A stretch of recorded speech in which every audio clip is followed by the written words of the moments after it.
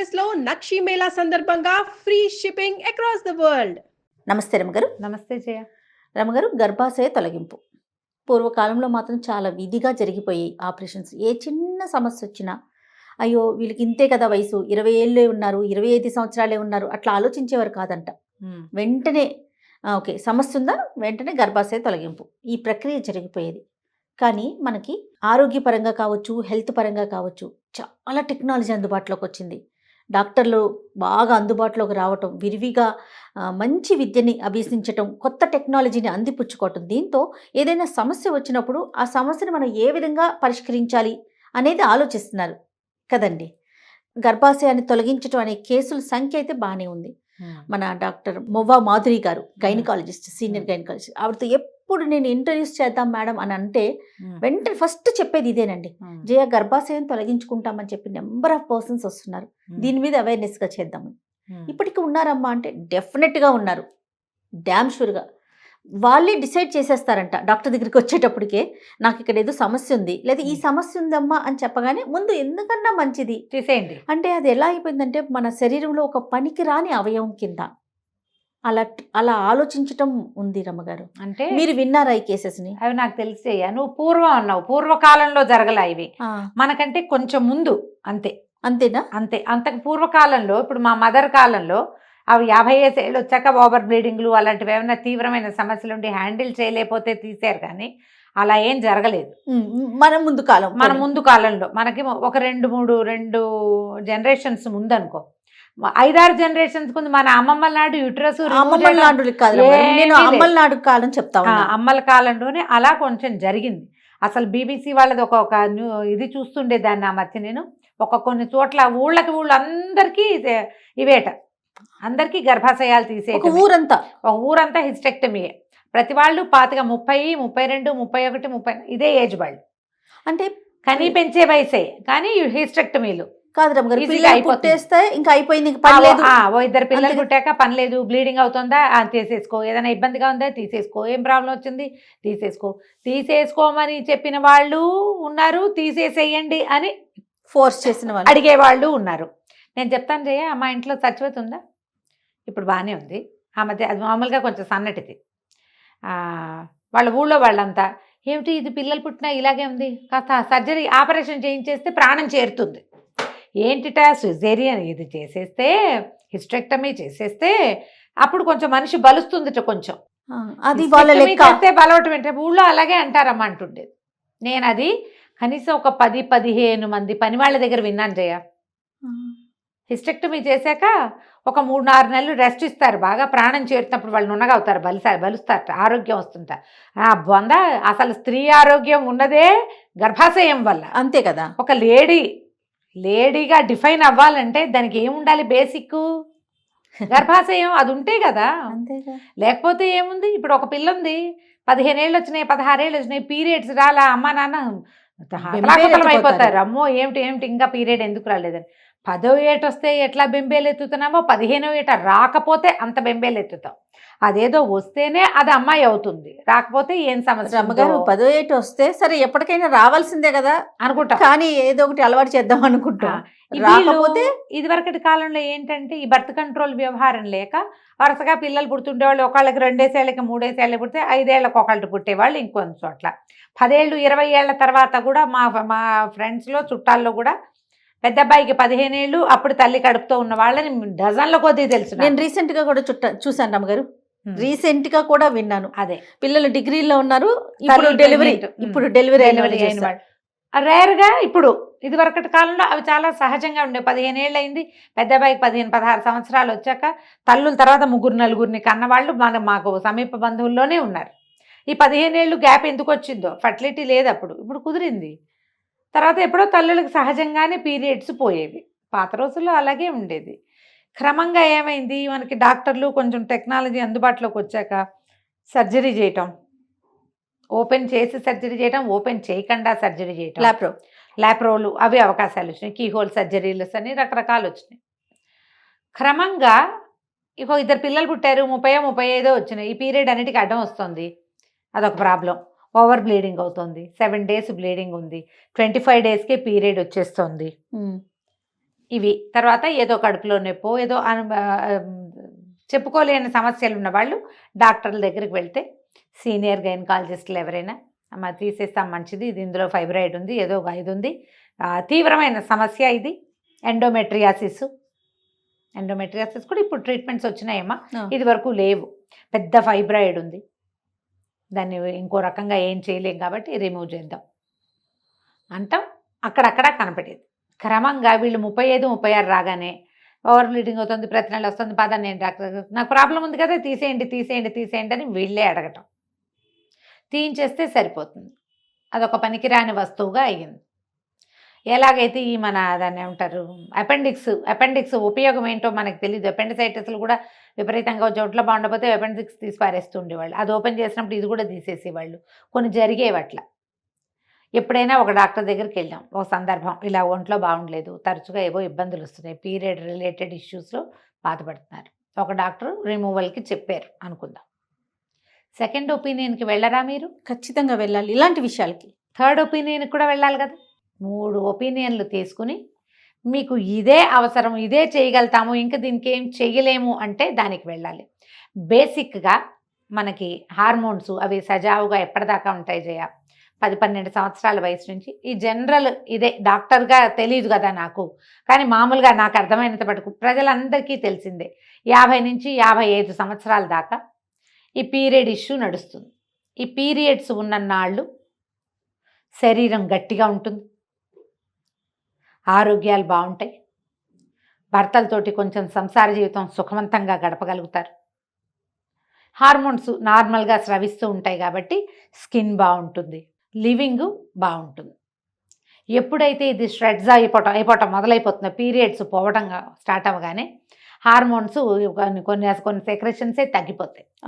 మెల్లిగా శరీరం ముడతలు పడుతుంది, లోపల భాగాలు డ్రై అప్ అవటం మొదలు పెడతాయి, వృద్ధాప్యం మీద పడుతుంది. సహజంగా 55కి వృద్ధాప్యం మీద పడితే న్యాచురల్ కదా. 55 ఏళ్ళు వచ్చాక లైంగిక ఆనందం కావాల్సిందే అనుకునే వాళ్ళ శాతం చాలా తక్కువ ఉంటారు. తప్పు కాదు అది, ఉంటారు కానీ తక్కువ ఉంటారు. ఈ పాటికే అందరికీ బాధ్యతలు సగం తీరిపోయి పిల్లలు పెళ్ళిళ్ళకి వచ్చేసి, మనవళ్ళు ఒళ్ళల్లోకి వచ్చేసి, పిల్లల్ని చూసే పనులు, భర్తల నుంచి దూరంగా ఉండేవి భర్తలే లేకపోవటం, ఇలాంటివి వచ్చేస్తాయి. ఈ మీద పడిన వృద్ధాప్యాన్ని అత్యంత సహజంగా తీసుకునేవాళ్ళు తీసుకుంటారు, తీసుకోగలరు కూడా. మీరు 38కి 36కి మీరు చెలోపొలోమని ఉండే వయసులోనే దీన్ని తీసేయటం వల్ల ఇప్పుడు ఇదేదో తీసేస్తే పీరియడ్ ఒకటే రాదని మీరు అనుకుంటే మీ భ్రమే కదా అది. అంతేకా. దాంతోపాటు దానివల్ల మనకి శరీరంలో సజావుగా నడుస్తున్న బ్యాలెన్స్ ప్రక్రియ ఉంది కదా, హార్మోన్ల సమతుల్యత, అది తన్నేదా? అసలు ప్రతిదానికి కావాల్సింది ఈ హార్మోన్ల సమతుల్యత కదా, హార్మోన్స్. ఇది కాస్త బ్యాలెన్స్ అవుట్ అవుతుంది, చర్మం మందబారిపోతుంది, లైంగిక ఆనందం తగ్గే అవకాశం పుష్కలంగా ఉంది. ఇవి లేవు కాబట్టి మీకు డిప్రెషన్స్ రావచ్చు. మామూలుగానే డిప్రెషన్స్ వచ్చేస్తున్నాయి మనకి, దీంతో రావచ్చు. ఎముకల బలహీనత రావచ్చు, ఏవైనా రావచ్చు. ఇది మనతో పాటే ఉంటే రావచ్చు, అప్పుడు కూడా రావచ్చు. ఇవన్నీ దాని శాతం తక్కువ, మీరు దీన్ని కట్ చేస్తే శాతం ఎక్కువ. మీరు దేన్ని ప్రిఫర్ చేస్తారు అసలు? అంతే కదా. అసలు హార్మోన్లు చాలా అవసరం కదా రమ్మగారు, చాలా అవసరం. జుట్టు ఊడిపోతుంది, మీరు అన్నట్లుగా ఎముకలు పలచబడిపోతాయి, నెయిల్స్ విరిగిపోతుంటే డిప్రెషన్ వచ్చేస్తుంది. అసలు అన్ని ముసల్తనం ముందే వచ్చేస్తుంది. అన్ని సమస్యలకి కారణం ఇదే.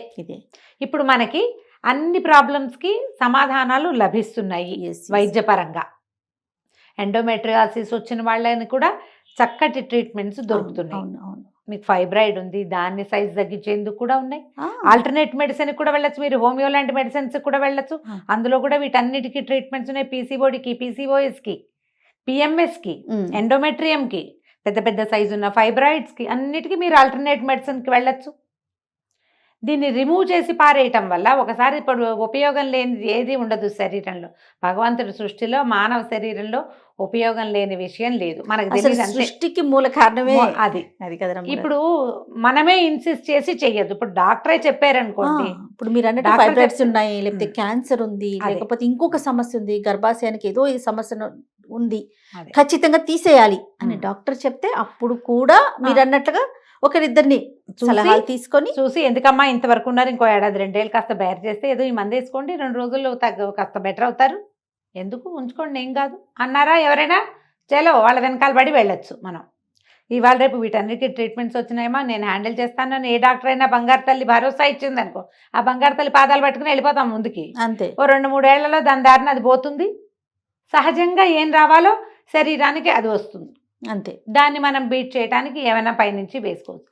చిన్నతనంలోనే మొదలు పెడితే అవునండి. చాలామంది ఇన్సిస్ట్ చేస్తారు జయ, నేను చాలా మందిని అట్లా చూస్తా, తీయించేస్తే సరిపోతుంది, తీయించేస్తే 40 నుంచి స్టార్ట్ చేస్తారు, తీసేస్తే పోతుంది, తీసేస్తే పోతుంది, తీయించేస్తే సరిపోతుంది, తీయించేసుకుంటే సరిపోతుంది.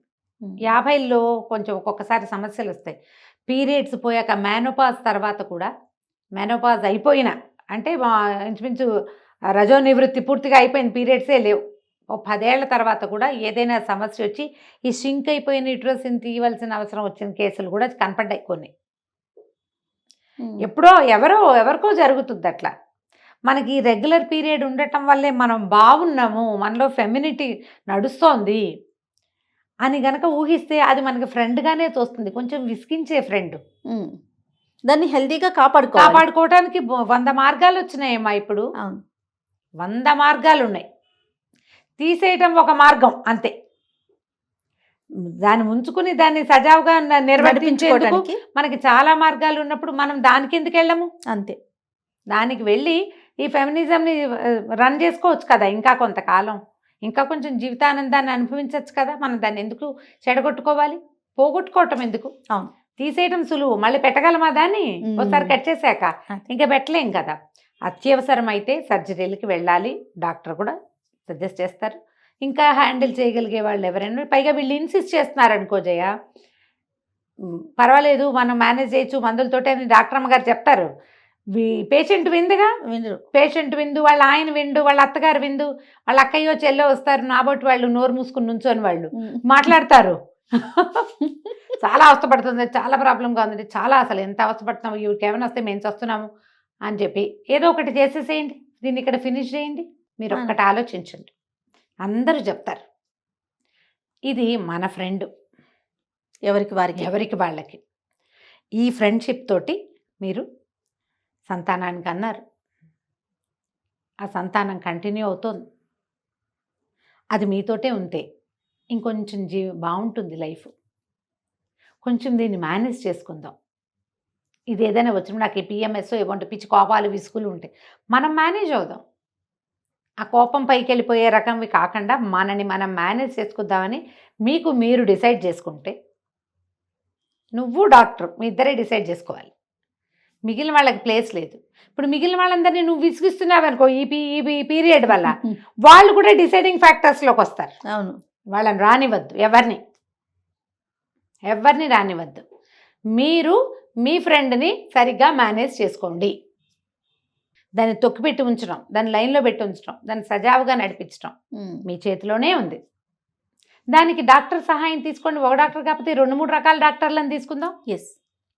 2-3 డాక్టర్లను తీసుకోవచ్చుగా మనం, అంతేగా. వాళ్ళ సహాయంతో దీన్ని మేనేజ్ చేసుకోండి. మీరు హెల్తీగా ఉంటే, మీరు అంటే ఒక లేడీ, ఒక స్త్రీ, ఒక మహిళ, వాళ్ళ చుట్టూతో ఉన్న ప్రపంచమంతా హెల్తీగా ఉంటుంది. ఒక పచ్చని చిలకలు, రామచిలకలు, సీతాకోక చిలకలు వాలే చెట్టు, అది ఎంత హెల్తీగా ఎంత బాగుంటే అంతమందికి నివాసం దొరుకుతుంది దాని మీద. అది మనమే, అంతే. అది మనం. అవునండి. మనని పచ్చగా మేనేజ్ చేయడానికి ఏం చేయాలి? మీకు వస్తున్న రకరకాల ఇబ్బందుల్ని హ్యాండిల్ చేయొచ్చు. ముందు అడ్రస్ చేయండి మనకి ఏం ప్రాబ్లం ఉందని. తర్వాత దాన్ని హ్యాండిల్ చేయడానికి ఎవరిని హ్యాండిల్ పట్టుకుంటే ఇది హ్యాండిల్ అవుతుందో వాళ్ళని చూద్దాం. తప్పకుండాను. కట్ చేసి పారేయటం మాత్రం ఎప్పటికీ హ్యాండ్లింగ్ మెథడ్గా భావించకండి మీరు. అత్యవసరం అయితే ఇంకా చేయాల్సిందే అది. రైట్. అవసరం కానప్పుడు అనవసరంగా ఈ సర్జరీస్కి వాటికి వెళ్ళొద్దు.